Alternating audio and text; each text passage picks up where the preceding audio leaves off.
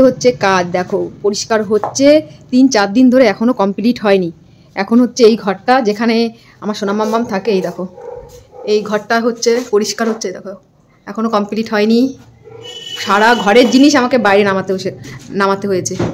দেখো এই সাইডটা পরিষ্কার করছে, আর সব জিনিস রয়েছে বাইরে, এই কারণে সোনামাকে আমি বাড়িতে আনতে পারছি না।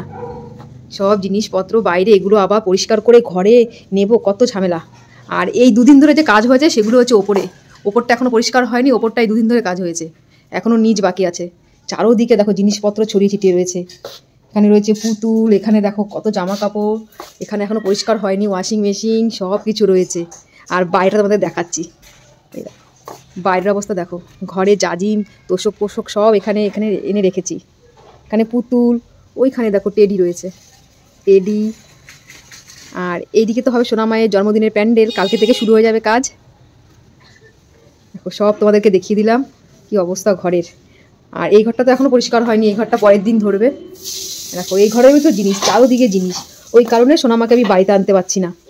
লেপ কাঁথা সব এই ঘরে নিয়ে রেখেছি। সোনামাকে আনবো বাড়িতে 2 দিন পর আনবো, এই ঘরটা পরিষ্কার হোক, যেহেতু ধুলোবালি চারোদিকে রয়েছে, ধুলোবালিটা যাক তারপর ওকে আনবো। আর ও তো বাড়িতে আসতেই চাইছে না, ও বলছে না না বাড়িতে যাবে না, মামা বাড়িতে রয়েছে না 7 দিন, এখন আর বাড়ি আসতেই চাইছে না। তো চলো কাজ করি, কারণ অনেক কাজ পড়ে রয়েছে, এগুলো সব পরিষ্কার করতে হবে। ঘরে শোকেস ফোকেস সব এগুলো এখানে আনা হয়েছে, এগুলো সব এখন ভালো করে মুছে আবার ঘরে ঢুকাতে হবে। দেখো ঘরটা পুরো ফাঁকা। আর এটা হচ্ছে টিভি, যেটা মাম্মাম দেখে, টিভিটাকে দেখো রেখেছি ঢেকে, পুরো ফাঁকা এদিকটায়। আর এদিকে কাজ চলছে, দেখো পুরো একদম ঘরের অবস্থা যা ছিল পুরো কালি পড়া ছিল, তাই এগুলো পরিষ্কার করা হচ্ছে।